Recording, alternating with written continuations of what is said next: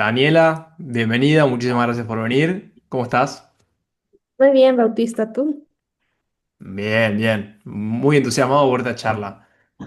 Hace rato que vengo siguiendo el tema del decrecimiento en las tasas de natalidad como un fenómeno global y cuando vi tu investigación dije, yo necesito hablar con alguien sobre esto. Así que muy entusiasmado por tenerte acá y poder charlar sobre esto. ¿Te gustaría darnos un vistazo general al problema del decrecimiento de la natalidad como un fenómeno global? O sea, ¿qué está pasando en el mundo con esto? Claro, cómo no. A ver, hay como varias problemáticas que uno puede como entenderlas como desprendidas de esta gran problemática global de el descenso de la tasa de natalidad, ¿no es cierto? En el fondo hay que entender que como cualquier fenómeno social es un fenómeno multicausal en el cual le podemos atribuir esto a distintas vertientes, vertientes culturales mucho, vertientes económicas también un montón, pero sobre todo si es que habría que agruparlas en un paraguas de importancia, digamos, yo las agruparía mucho en un tema cultural y económico por sobre todo lo demás. Quizás sociológico también, pero la cultura en el fondo, es decir, el comportamiento social se nutre mucho de la cultura y también de este modo de entender el mundo sobre todo es un problema que ahora, tal como lo estamos viendo, afecta de modo principal al mundo occidental. No es algo que lo vemos tan presente en el mundo oriental, quizá, o en el mundo islámico. Y entonces ahí podemos atribuirle estas causas o estas vertientes a un tema cultural, entendiendo que la cultura tiene distintas vertientes nuevamente, ¿no? Pero sin embargo, sí, o sea, vi que Occidente es el más afectado por esto, pero es una cuestión medio salvando las distancias, ¿no? Y los números también vienen decreciendo en otras regiones, ¿o no? O sea, si vos agarrás el timelapse de, no sé, de acá, de hace 50 años, si bien capaz en África siguen teniendo bastantes hijos, decreció igualmente en sus escalas. Sí, sí, sí. En el fondo lo que dices es cierto. Es una tendencia global mucho más marcada en Occidente que en otras regiones, eso sí. Pero claro, ahí uno puede entender qué es lo que sucede, ¿no? Que también la gente empieza a entender el tema de la maternidad o la paternidad y la familia como un valor que en el fondo se vuelve un valor postmaterial que va siendo sustituido por otras cosas, ¿no es cierto? Y aquí en Latinoamérica, que yo siempre digo es un poco como el tema del COVID, ¿no? Como antes veíamos el primer caso en China, por poner un ejemplo. Entonces, hablábamos mucho de los pueblos deshabitados en Italia, en el norte de Europa, etcétera, etcétera, y pensábamos que esa era una problemática que nunca iba a llegar a Latinoamérica. Y finalmente, ahora, por ejemplo, Ecuador, que es donde yo vivo un poco, es un país pequeño, pero y que no ha tenido nunca antes esta tendencia hacia la baja de natalidad. Y en el último censo se reveló que bueno, los embarazos adolescentes disminuyeron, lo cual es bueno también, pero al mismo tiempo la natalidad en general también. No estoy marcando una correlación, ¿no? Ahí entre una cosa y la otra, se No, entienda. obvio. Pero ¿a qué voy? Es que es algo cercano. Yo tengo una colega que trabaja mucho temas de educación en Colombia y nos decía que hay colegios muy prestigiosos en Colombia que han cerrado ya por falta de alumnos. Y eso también Claro. nos trae otras problemáticas desprendidas, ¿no es cierto? ¿Qué vamos a hacer con tantos psicopedagogos, con los educadores, si al Mm. final... Sí, sí, eh, a futuro eso trae un montón de problemas, más que nada o sea, para los sistemas de pensión, hay un montón de implicancias sobre esto y también es algo sumamente silencioso porque uno no ve las consecuencias inmediatas, como que va sucediendo de a poco, va a llegar un punto de, che, ¿ahora qué hacemos? Y también es complicado porque vos no podés, o sea, sí podés de cierta manera persuadir a la gente a que tenga hijos, pero no de forma implícita, sino capaz dando incentivos, que ahora vamos a adentrar sobre eso. Y sí, sí, en Latinoamérica recontra pasa. Argentina, por lo que vi, siempre fue bastante como estuvo bastante por detrás de los índices. De hecho, en 2023 nacieron de 1.000 personas, nacieron 11 en Argentina. 11. Así que si sos adulto y estás escuchando esto, tenés otro hijo. Eh, nada, quiero entrar un poco sobre tu investigación que nos va a poder dar un panorama general. Vi que tenían un par de variables independientes, que era el índice de desarrollo humano, las tasas de fertilidad, la licencia por maternidad. Explícanos un poco qué fue lo que midieron, qué encontraron. Sí.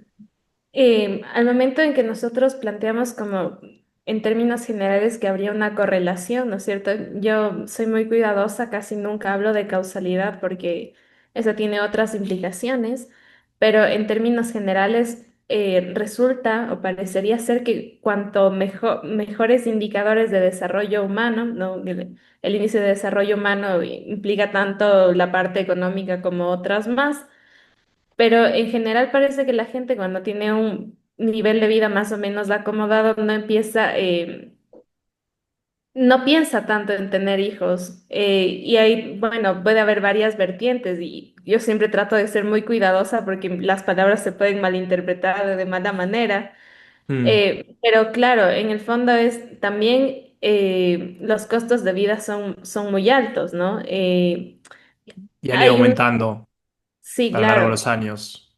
Hace 20 años mis papás trabajaban en el sector público y con su sueldo de empleado público pues les alcanzaba para mantener una familia de tres, cuatro hijos, tener casa propia, un auto y ahora un monoambiente en Palermo es la mitad de tu sueldo. O sea, Si tenés un buen también trabajo. sí, sí, sí tienes un buen trabajo, por supuesto. Entonces, va también por ahí un poco. El tema es que en estas sociedades un poco donde los indicadores macroeconómicos han ido mejorando también, ¿cómo mejora un indicador macroeconómico? También detrás de la población económicamente activa, ¿no es cierto? Y a partir de ello, eh, uno ve en el desarrollo económico también una especie de competencia, que es algo que pasaba mucho en los países europeos, ¿no es cierto? Cuando empezamos a hablar de todas estas teorías del techo de cristal y porque al final también parece ser que es una decisión o que los ojos de la discusión están sobre la decisión que tienen las mujeres respecto de ser madres o no. Y ahí hay otra discusión respecto de cómo entender cómo se inserta la mujer en el mundo laboral, como si la maternidad fuera un obstáculo para insertarse Mm. en este mundo que es altamente competitivo, en el que ya per se, si es que admitimos que existe una brecha de género en el que en principio te pagan menos por el simple hecho de ser mujer y si a eso le sumo la maternidad y yo quiero prosperar en esta sociedad que ya me está diciendo que es posible prosperar porque tiene unos indicadores macroeconómicos buenos, ¿no es cierto? Entonces, ¿qué pasa? Que las mujeres o en general las parejas entienden que hay un tema ahí de no sé cómo ponerlo, como relevar ciertos valores, ciertas necesidades en el fondo. Por ejemplo, tener estabilidad económica antes de tener una O sea, familia. es un cambio de prioridades Exacto. lo que estás planteando. Y sí, re. O sea, eso es como fue evolucionando la cultura también. Tenés la variable de que el costo de vida es más alto, que también ahora que los tiempos cambiaron y la mujer puede insertarse en el mundo laboral y puede tener una carrera profesional muy exitosa, cosa que antes no pasaban porque no tenía esas posibilidades. Y eso lleva a un cambio en las prioridades, pero incluso yo creo que la cultura ha hecho un cambio tan radical que capaz si una mujer decide por voluntad propia o deliberadamente decir yo me quiero dedicar a mi familia, incluso está un poco mal visto hoy en día, diría. Como que Ujú. no, a alguien no le cerraría eso, tipo, no querés dedicarte a tu carrera profesional, qué raro, ¿viste? Y que eso también es hasta un poco peligroso, te diría, pues si la persona quiere hacer eso, ¿por qué no dejarla, no? Pero Y hasta un ahí, poco hasta ese punto llegamos.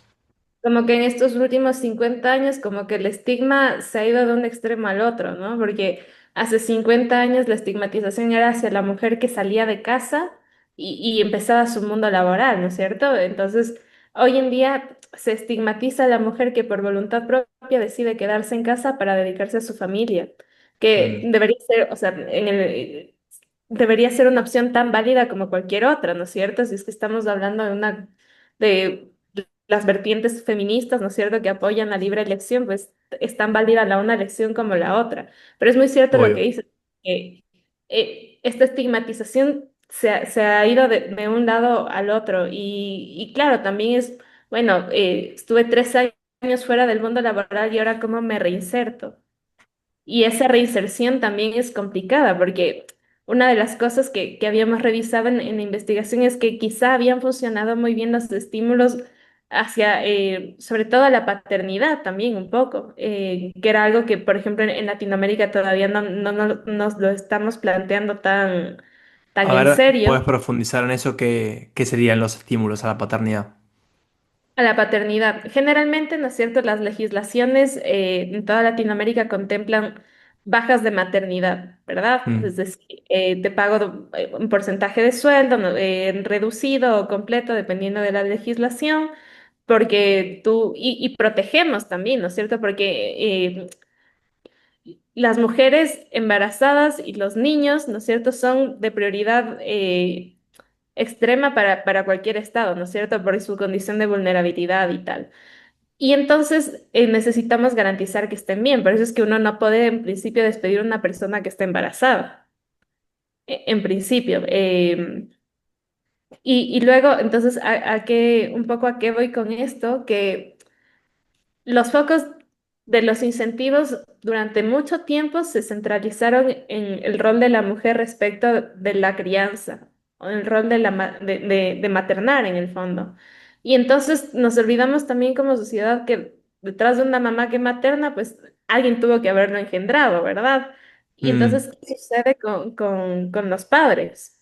Y eso es algo que se ha trabajado muy bien en Europa, las bajas de paternidad porque se entiende que la crianza debe ser compartida y hay legislaciones, por ejemplo, en los nórdicos, donde eh, en algún punto puede ser el hombre quien decida quedarse en la casa con licencia, o sea, con sueldo reducido y la mujer reinsertarse. Eh, pero es mucho trabajar esto aquí. Hay legislaciones, por ejemplo, en Alemania se contemplan sueldos de hasta 6 meses, o sea, licencias de hasta 6 meses, que es un montón, pero esos 6 meses son como súper importantes porque la crianza tiene que ser compartida. obvio. ¿Y qué es lo que vieron en contraste con los países en donde el decrecimiento era menor o no había decrecimiento? O sea, ¿cuáles eran las variables que permitían que la gente esté más dispuesta a tener hijos? Sobre todo los incentivos, era como más explicativa. ¿Por qué? Porque en el fondo, claro, una mujer dice yo no quiero tener hijos porque al final, y de nuevo, ¿no es cierto? Entendiendo que la decisión en principio recae sobre la mujer, cuando debería recaer, es una decisión de pareja, no solo de mujer. Pero en el fondo a lo que yo voy es que eh, cuando uno decide tener o no tener hijos, una de las cosas en las que te fijas, inclusive una mujer antes de abortar, se fija en eso, ¿no es cierto? ¿Cuál es mi red de apoyo? Si soy madre soltera, cambia a cuando soy una persona que tiene una familia estructurada, ¿no es cierto? Y Mm, esa red de apoyo es importante para la decisión también. Entonces, si yo como Estado también incentivo la presencia de esa red de apoyo, entonces es un estímulo importante para la decisión final. obvio. O sea, que haya mejores licencias de maternidad, por ejemplo, sería un buen avance. Pasa que Sí, eso también es un lujo que, bueno, no sé si un lujo, pero que es algo que los países más prósperos económicamente pueden permitirse. permitirse o pagar, y acá en Latinoamérica estamos un poquito más complicados para esas cuestiones, Claro, es que pero que no como dejan de país, ser sumamente importantes. O sea, es sí. muy complicado. Sí, sí, sí, lo que dices es muy cierto, ¿no? Y volviendo a lo que decía un inicio, como cualquier problema multicausal tiene distintas aristas y una de estas aristas es también entender de dónde viene, es decir, el rastrear estas múltiples causas que podrían intervenir en las decisiones. Entonces, una de ellas, bueno, la hipercompetitividad del mercado laboral. Bueno, ¿qué podemos hacer ahí? La respuesta, o sea, intervenir como Estado en la hipercompetitividad es mucho más complicado que quizá incentivar. Es Incentivar cierto. a que tengan hijos. Claro, es cierto, por supuesto que esto no es, no sé cómo están en Argentina, pero en Ecuador ni siquiera es una discusión dentro de de la legislación del Congreso, de la Asamblea, etcétera, etcétera. ¿Por qué? Porque no lo vemos, no vemos Mm, cuáles son las implicaciones a futuro. Entonces, sobre todo respecto de seguridad social, que es quizá el tema más preocupante y de relevo de la fuerza laboral y etcétera, etcétera. Pero claro, es un lujo que no todos pueden permitirse, pero es un paso necesario. O sea, quizás es una inversión vista a largo plazo. Eh, 100%. Sí, sí, o sea, completamente. Lo que pasa es que, como en todas las cosas en las que debe intervenir el Estado, yo siempre digo que el Estado tiene una doble naturaleza, en la que si es que yo intento, ¿no es cierto?, enfrentarme al Estado, el Estado es una máquina aplanadora frente a la cual yo soy una hormiguita. Pero al mismo tiempo, cuando el Estado tiene que solucionar las cosas que debe solucionar, es una nada, porque no le alcanza, no tiene tantos tentáculos para poder hacerle frente a cada una de las cosas. Y claro, ahí también depende mucho de la voluntad política, porque en el fondo que este tema se ha incorporado dentro de la agenda pública es un tema de voluntad política, ¿o no? Y Cien por claro, ciento. Y también es algo que no sé qué tanta gente podría llegar a movilizar, más en países que tienen problemas económicos más inmediatos, que dicen, che, bueno, ¿qué me importa hacer políticas públicas que impulsen que la gente tenga más hijos si yo tengo hambre, ¿viste? Es sumamente difícil desde el lado político hacer eso, pero ¿qué hay de los países desarrollados? O sea, vos ves que en los países más desarrollados sí le den más bola a esta cuestión e impulsen políticas públicas que incentiven esto. O sea, incentiven que la gente tenga más hijos, más allá de la cultura. perdóname un ratito, perdón, no, no te escuché bien la pregunta. No, nada, si vos ves qué es lo que ves en los países desarrollados, si es que ellos le dan la importancia que debería ser, dado los recursos que tienen, tipo el impulso de políticas públicas.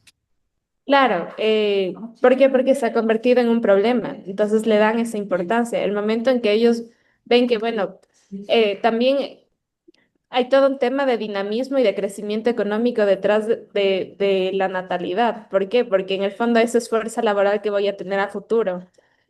Y si es que no la tengo, voy a tener voy a tener menos fuerza productiva también y por eso es que la incorporan, la han incorporado dentro de la agenda pública.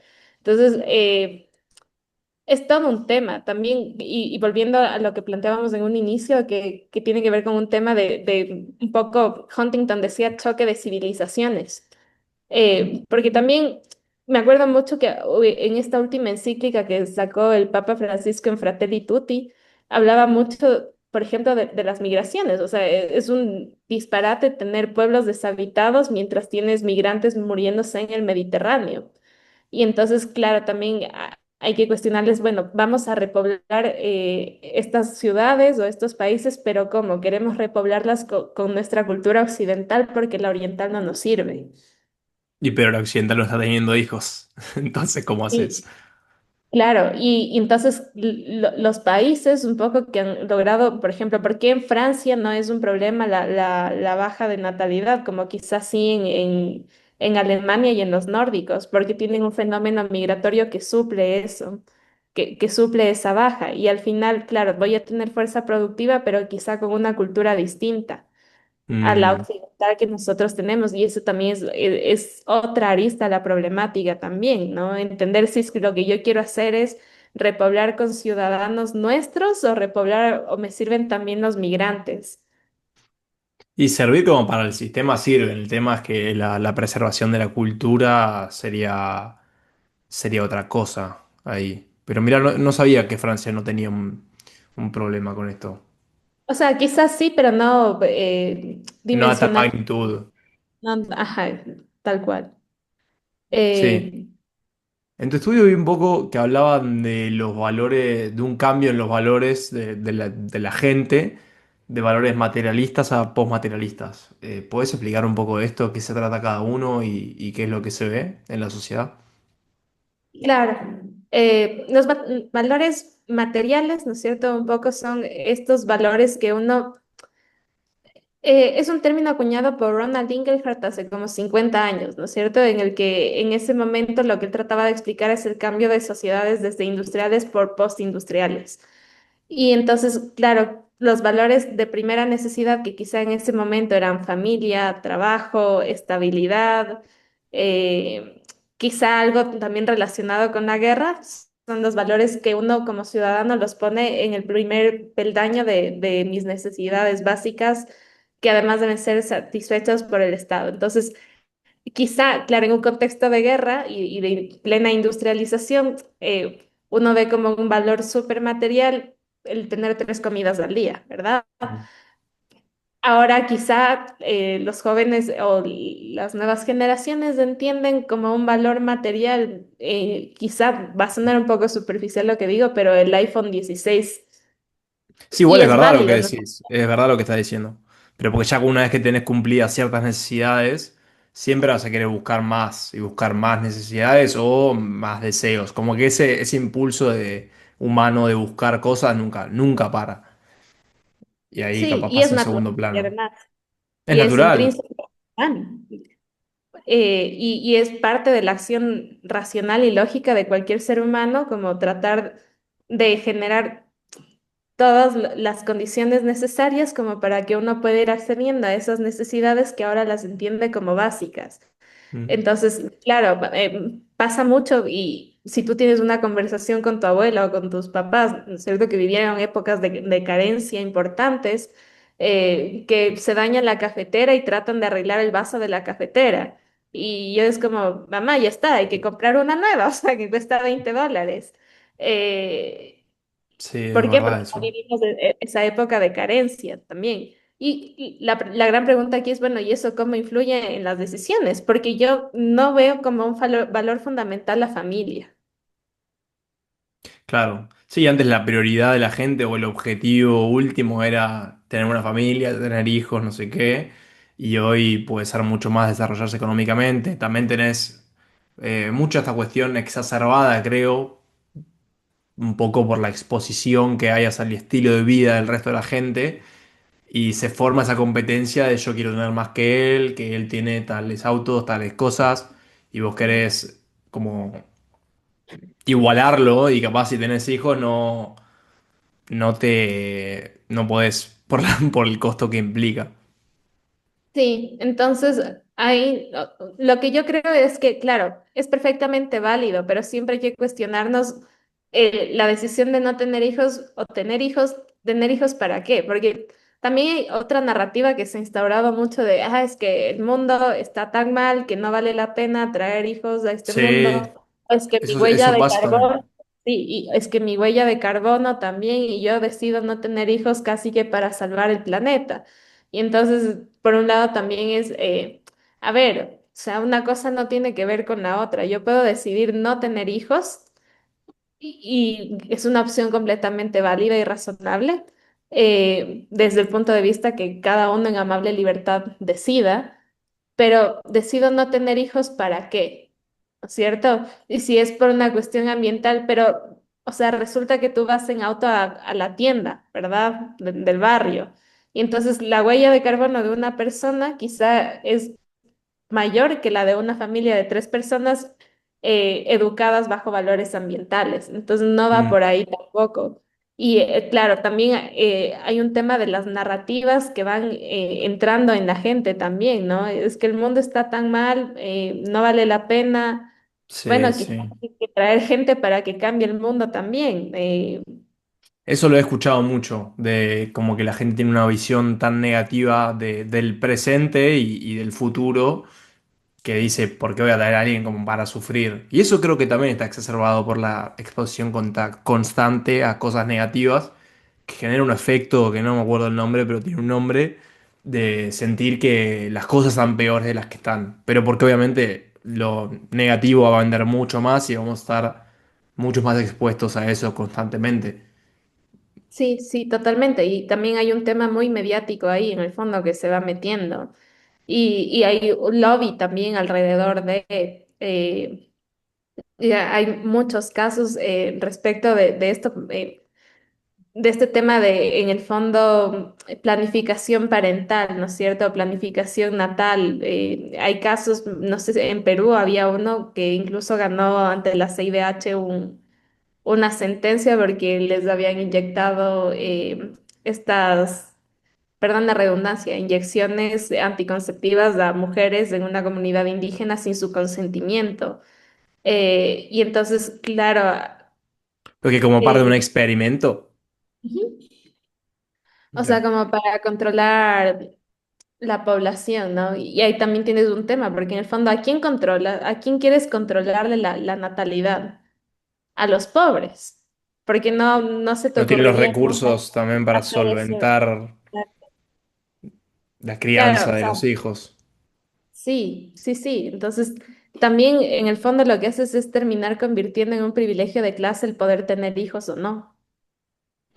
Entendiendo Sí, que tener hijos no es un derecho, ¿no es cierto? Tener hijos y no es que el Estado tenga que garantizarte, no, pero no. sí, en el fondo se convierte en una cuestión de quién puede permitirse traer un niño en este mundo con lo que cuesta el jardín, con lo que va a costar la universidad, con lo que eh, uno entiende que tener un hijo en un país de medianos ingresos y en una familia de clase media te va a costar entre 90.000 y 100.000 dólares durante toda tu vida.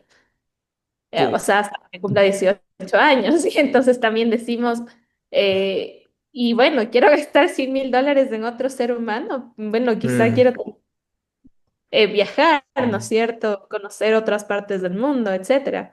Lo que yo siempre digo es,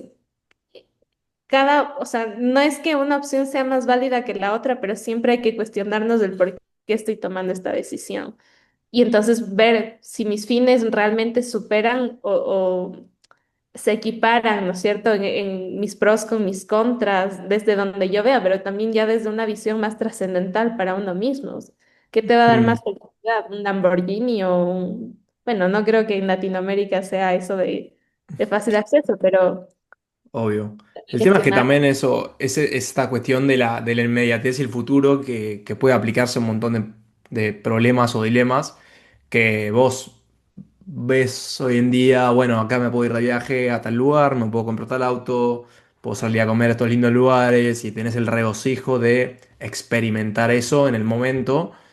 Y después el hecho de tener a tus hijos, no tenés a tu hijo ahí y ver toda la alegría que te puede llegar a llegar si no pensás en los costos que eso implica. De hecho, no sé si hay muchos estudios al respecto, seguramente se necesite una base más amplia, pero lo que vi, la mayoría de los padres que le preguntaban si sus hijos, si se arrepienten o no de tener hijos, la mayoría decían que no se arrepienten y como pese a sus condiciones económicas y todo.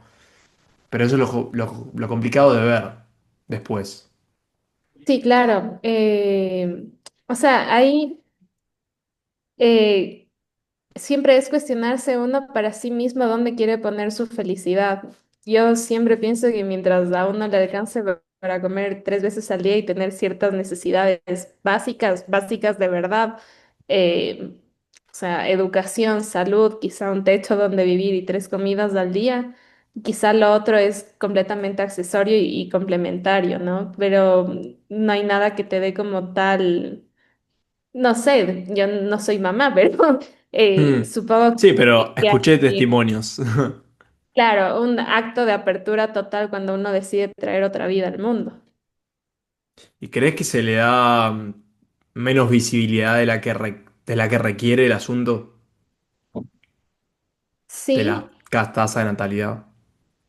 sí, sí. O sea, al menos en Latinoamérica yo creo que sí, no es parte de la discusión pública, no es un problema. O sea, es como que la gente ve como un titular, bueno, el nuevo censo ha revelado que ha caído la tasa de natalidad. Y es como, bueno, otro problema más que tenemos que resolver, pero... Mm. No hay una discusión seria detrás. Sí, no se Y pone sobre la mesa. No hay peor que sí, acciones que sí, lleven a ayudar a resolverlo. Pero la cuestión es que no es que es algo reciente, es constante. O sea, yo los datos que vi era desde 1950 hasta 2023, por lo menos que era lo que había disponible. Todos los años fue cayendo un poquito. Tac, sí, tac, sí, sí. tac, tac. Y acá pensás, o sea, ¿hasta cuándo la gente ya va a llegar a despertar? Pero es algo tan complicado que no Como sabes si por dónde vamos a atacarlo, reaccionar ¿viste? tarde.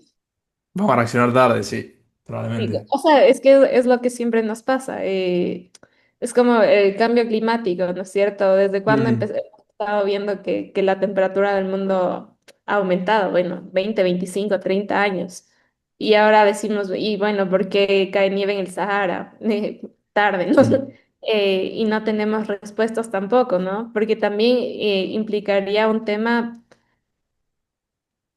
también de coordinación, no solamente respecto de un estado, sino multiestatal, Sí, porque, porque en el fondo la economía globalizada y la hipercompetencia y lo que quieras también es un tema que es regional, no es solamente Argentina, no es solamente Chile, no es solamente Ecuador. Pero es eso, no, como no ha sido incorporado a la agenda pública, más allá de identificar la problemática, no vamos a tener un plan de contingencia para cuando esto ya no sea como manejable, o sea, cuando ya llegue el punto de quiebre en el que digamos, ay, quebró la seguridad social.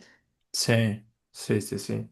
Y creo que otro asunto de que no hablamos todavía es la cuestión de la falta de compromiso en general con la gente y las relaciones. O sea, las relaciones son mucho más efímeras, más cortas, no hay como mucha más tendencia a la promiscuidad y que todo, viste, es líquido, fácil, se suelta y se repone fácilmente.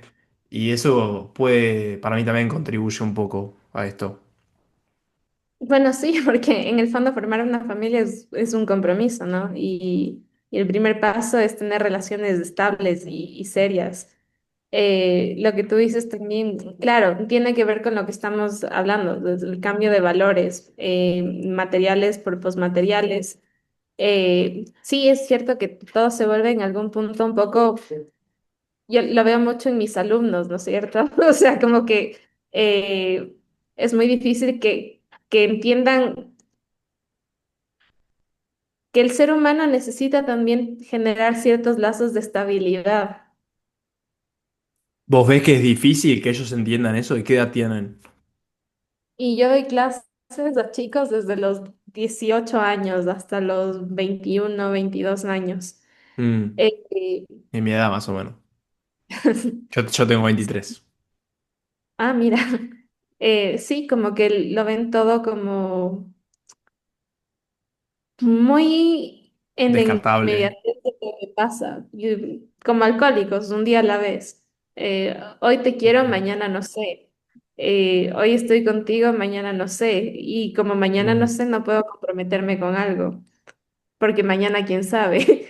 Y claro. entonces también va atado a este tema que hablábamos hace un momento de que quizá el mundo está tan mal, que qué certezas puedo tener en un mundo donde parece que la Tercera Guerra Mundial va a llegar cada 3 meses, y que mañana resulta que Irán se aloca y pone una bomba atómica. Entonces, esa inmediatez también como te Mm. genera miedo, miedo a querer comprometerte en el largo plazo. Y no es algo solo de tu generación, es algo, o sea, yo también lo vivo, mis amigos también lo viven, la gente que tiene 10 años más que yo también lo Sí, está sí, por viviendo. eso. Es algo que viene de hace años cayendo todo el tiempo. Y más allá de hablábamos de las políticas públicas, todo, porque siento que hay una paradoja que es como, bueno, el costo del nivel de vida es uno de los factores por los cuales la gente quiere tener hijos, no quiere tener hijos, pero al mismo tiempo los países más desarrollados que supuestamente pueden acceder a una mejor calidad de vida son los que menos hijos tienen. Es raro eso, ¿viste? No, Sí. no sé cómo conciliar eso. Eh, claro, o sea, es complejo, porque ¿por qué uno también generalmente ve que hay como la gente más pobre generalmente es la que tiene un poco más de hijos Mm. y la más acomodada? Y también yo Pero creo que eso también hay, decís que puede ser por una como falta de educación sexual, capaz, o falta de podría ser, prevención. podría ser una de las vertientes que yo le hubiera atribuido hace 20 años, pero creo que hoy en día la educación sexual está como más democratizada, que quizá esa no es la variable explicativa. ¿Y cuál Eh, sería? ¿Cuál crees que sería?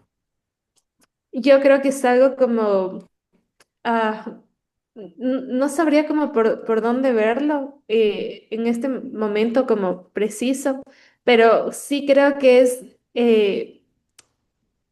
un tema de acomodación, o sea, como yo tengo mis necesidades básicas cubiertas, pero esta gente no es que no tenga necesidades por cubrir. Entonces, mientras para la gente pobre, claro, quizá uno puede decir que eh, voy a Va de buscar la bien mis mano con lo de palabras. los valores materialistas y postmaterialistas, un poco, lo que Exactamente, o sea, dijiste como que antes.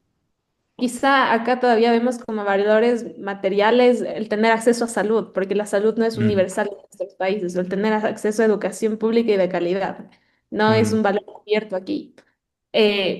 En Europa sí, o sea, en estos países eh, nórdicos, pero no significa que dejan de tener valores por cubrir, sino que quizá el valor ahí es, quiero otro. alcanzar la alta gerencia. Sí, es como que la amplia, la gama de Sí. posibilidades, el abanico de posibilidades es más amplio. Sí, Entonces, acá es si un poco más vos tenés, reducido. exacto, y capaz uno de esos es, bueno, me instalo y tenemos un par de pibes. Y chao.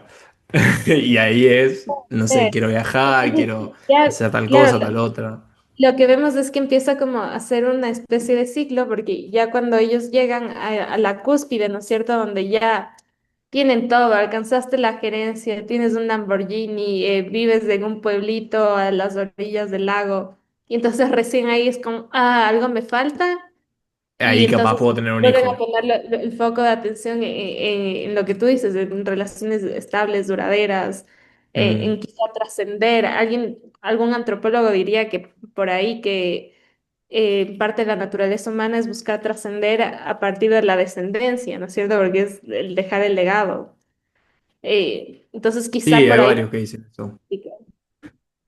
Trascender en general. Me acuerdo había, creo que un filósofo, creo que era alemán, se llama Ernst Becker, que hablaba de esto de la trascendencia, de cómo a lo mejor que se puede aspirar es trascender, que una teoría tenga tu nombre, tener una estatua en tal lado, tal otro.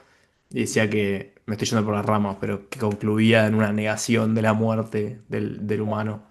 Me pareció muy interesante, no sé si era así, pero bueno, es una manera interesante de verlo. Otra cosa que me viene a la cabeza con esto es que, por ejemplo, el cambio climático, ya que lo mencionaste, me gusta agarrarlo como ejemplo, porque al llegar tarde, los activistas nada, que hacen sus cosas para darle visibilidad a este problema, capaz que entran al museo y le tiran un balde lleno de tomate a una pintura y eso genera como mucho más odio y le da el efecto contrario al problema, por lo menos es lo que pienso yo. O sea, la gente dice, che, ¿qué hacen estos boludos tirándole un balde lleno de tomate a una pintura? Y ellos intentan de plasmar la magnitud del problema haciendo algo que llame la atención, pero genera el odio. Y con las tasas de natalidad no sé si podés arrancar a hacer eso porque va a generar el mismo efecto contrario, pero sigue siendo un problema actual muy importante, que se le da mucha menos visibilidad al cambio climático. Claro, por supuesto. Yo creo que hay mucho un tema ahí de narrativas y de posicionamiento mediático respecto de lo que tú dices, ¿no es cierto? ¿Por qué el cambio climático nos importa más que el descenso de la tasa de natalidad? ¿Por qué el cambio climático nos importa más como sociedad quizá que los bombardeos en Gaza? Mm. O en Israel o la guerra en Ucrania o donde sea. ¿Se entiende? ¿Por qué? Porque hay un framing mediático también que se encarga de posicionar eso. Obvio, y sí, Y, y hay una agenda que la establecen los países con más plata, o sea, el que lleva la bandera del cambio climático es Europa, definitivamente, y bueno, es porque tiene el poder para hacerlo también. y claro, y ahí podemos cuestionar un montón de cosas alrededor del por qué se instaura esto, como vendemos las iniciativas globales respecto del cambio climático y todos pongamos el hombro y los esfuerzos y todo lo que quieras, pero ¿a quién le cuesta más la decisión de reducir las emisiones de carbono? A los No, países en vías de desarrollo. obvio. Y al final, ¿no es cierto? También la deuda climática o los efectos climáticos Mm. se comparten para todos por igual. Sí, es el peso de la historia, o sea, que ellos son los que tienen que pagar más por eso, pero bueno, es complicado juzgar las cosas de una perspectiva presente teniendo en cuenta Claro, el pasado, ¿no? sí. Y ahora hablemos un poco de las potenciales consecuencias que podría haber de que sigan descendiendo las tasas, porque además se proyecta que van a seguir descendiendo. Yo no veo nada que indique que alguien va a tener muchos Va a hijos recuperar el de un mundo. día para el otro. Así que me gustaría especular un poco acerca de lo que podría llegar a pasar, ¿no? Para ponernos apocalípticos, pero para ser realistas. Sí, no, nada más un poco como para cerrar el tema anterior, ¿no es cierto? Como todas estas iniciativas de a quién, ¿no es cierto? Respecto de la planificación familiar, etcétera, etcétera, que vienen también con estos tintes de desarrollo, porque cuando nos venden las agendas a los países en vías de desarrollo disfrazadas de cooperación técnica, siempre vienen marcadas también con esto también. Yo sé que es un poco controversial lo que estoy diciendo, pero mucha pero ajá, entiendo que es un espacio de libertad. Eh, Obvio, acá decimos cualquier cosa. Sí, entonces mucha de la asistencia técnica en cooperación internacional viene marcada con una agenda de planificación familiar. ¿A ¿Y qué a te quién referís? Profundiza, por favor. ONU Mujeres? ¿Cuál es la agenda de ONU Mujeres en los países en vías de desarrollo? No tengo ni idea. Tienen, tienen una agenda como abiertamente de vamos a disfrazar toda la agenda de emancipación femenina, ¿no es cierto? Un poco detrás de planifica, posterga tu maternidad, un poco, priorízate a ti por primera vez por sobre el rol de la familia, porque eso te va a liberar. Y también un tema ahí de abiertamente de inclusión dentro de las legislaciones en respecto de los temas de aborto, que no me voy a meter ahí porque no, o sea, No viene tampoco el es caso.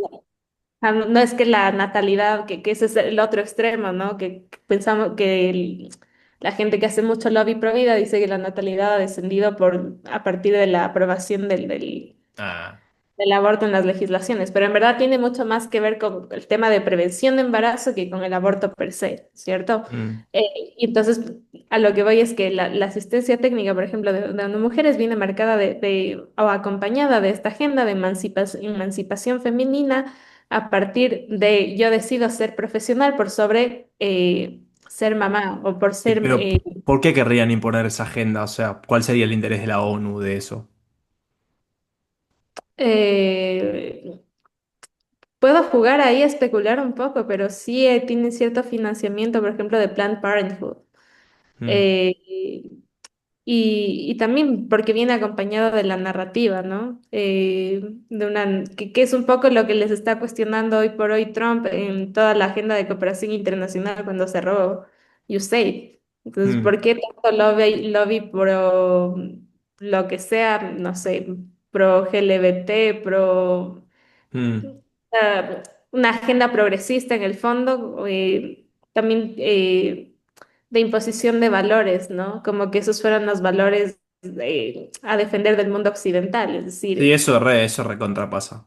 hay en algún momento en el que empezamos a mezclar como valores occidentales con valores progresistas, cuando no son lo mismo, ni tienen que estar atados necesariamente de la mano. Y Sí, eso para también es nada. algo que hay que cuestionarnos. Y la segunda parte de la pregunta, ¿no es cierto? Un poco es, y qué implicaciones o qué podríamos esperar? Porque lo que tú dices es cierto, las tendencias y las proyecciones nos dicen que va a seguir descendiendo. Eh, Vamos a empezar a ver escuelas cerradas, las universidades también. Yo trabajo en una universidad y una de las cosas uno de los problemas que tenemos ahora es que tenemos pocos estudiantes. Mm, Y entonces cuando conversamos con colegas de otras universidades, ¿ustedes les pasa lo mismo? Claro que quizá en magnitudes distintas dependiendo de la universidad, pero ya estamos empezando a ver los efectos. Es decir, no es que tenemos que esperar 20 años para ver el derretimiento de los polos, porque lo estamos viendo ahora. sí, Estamos empezando a ver universidades que cierran carreras, ¿no es cierto? Estamos empezando a ver colegios cerrados. Y ahí también, justo que te contaba que estaba conversando con esta colega de Colombia, que hacíamos mucho los estudios de mercado para ver, bueno, qué hacemos ahora si es que no hay alumnos. Porque hay escuelas que están cerradas, o sea, hay colegios prestigiosos que han cerrado por falta de alumnos. mm, Eh, y entonces, bueno, es que, ¿qué será? Es la contracción económica, la recesión, etcétera. Entonces, si yo hago un estudio de mercado, la gente le invierte lo mismo que le invertiría a un niño o a un perro. ¿sí? Eh, Salvando un poco de distancias, Sí, ¿no? Que obviamente, el ¿no? el perro no va a la escuela, pero No, eh, pero es una claro, inversión grande igualmente. Bueno, en la ciudad de Buenos Aires, de hecho, hay más perros que niños. Más perros que niños. dale. Es terrible ese hasta Y ahí. O sea, claro, y ahí. son gastos importantes. Si tu perro se come alguna porquería en la calle, son $700 en el veterinario. Y hay gente que saca los Uf, perros por suerte acá no, en... pero bueno, en otro lado puede ser. Sí, Pero sí, sí, sí, no, total. se habla de ese fenómeno un poco de reemplazar a los hijos con perros, ¿viste? Pero bueno, después el perro Claro, o no, sea, no puede aportar para el sistema quizá- jubilatorio. No, no paga impuestos el perro. claro, quizá es marginal, ¿no es cierto? Pero es solamente un tema como que nos permite ilustrar un poco la situación del cambio de valores. Mm, ¿Qué? Porque al final dices, bueno, ya el perro no te va a costar los $70.000 o $100.000 que te costaría un niño a lo largo de su vida, pero es el perro más otras cosas, es el perro más estilo de vida, es el perro más los viajes, es el perro más la cartera que no necesitas. obvio. eh, y Sí, es como que todo esto. también nadie hace el cálculo de cuánto terminás gastando, porque capaz que decís, bueno, todo lo que hubiese gastado en un hijo me lo gasto, te lo gastás igual, pero bueno, en otras cosas, para tener una vida más de lujo, por así decir. Pero Sí, entonces sí, capaz el problema no termina siendo lo que gastás, porque él lo termina gastando igual, pero en otras cosas. sí.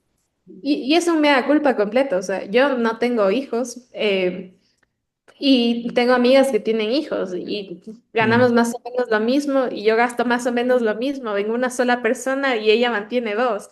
claro. Entonces, claro, ellos me dicen como, ¿y qué haces con tu sueldo? Y yo como, chuta, o sea, vivo bien.